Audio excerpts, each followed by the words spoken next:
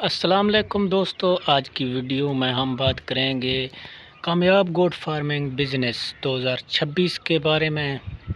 اگر آپ کم پیسوں میں زیادہ منافع چاہتے ہیں تو گوٹ فارمنگ آپ کے لیے بیسٹ بزنس ہے۔ 2026 میں گوٹ فارمنگ کی ڈیمانڈ بہت زیادہ ہو چکی ہے۔ بکرے کا گوشت، دودھ اور بریڈنگ سے 3 گنا انکم ہوتی ہے۔ اس کاروبار کا نقصان کم اور پرافٹ بہت زیادہ ہوتا ہے۔ کامیاب فارمنگ کے لیے صحیح بریڈ کا سلیکشن بہت ضروری ہے۔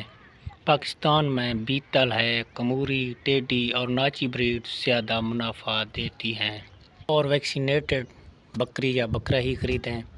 شیڈ اور مینجمنٹ کے بارے میں بتاتے ہیں آپ کو۔ بکریوں کی شیڈ ہمیشہ صاف، ہوادار اور خشک ہونا چاہیے۔ بارش اور سردی کے دنوں میں بکریوں کے جو بچے ہوتے ہیں ان کا خاص انتظام کریں۔ ہر بکری کے لیے الگ جگہ اور پراپر انتظام ہو صاف پانی کا۔ بکریوں کے فیڈنگ کے بارے میں آپ کو بتاتے ہیں۔ متوازن خوراک بکری فارمنگ کا کامیابی کا راز ہے۔ آپ کے پاس سبز چارہ، سوکھا بھوسا، منرل مکسچر اور صاف پانی لازمی ہے۔ سردی اور گرمی کے حساب سے فیڈ پلان آپ تبدیل کر سکتے ہیں، ان کو چینج کر سکتے ہیں۔ بیماریوں سے بچاؤ آپ نے ٹائم پر ویکسینیشن اور ڈیورمنگ بہت ضرور کروانا ہے۔ اس کے علاوہ اگر بیماری کی پہلی علامات پر فوراً ویٹرنری ڈاکٹر سے رابطہ کریں۔ صحت مند بکری زیادہ منافع۔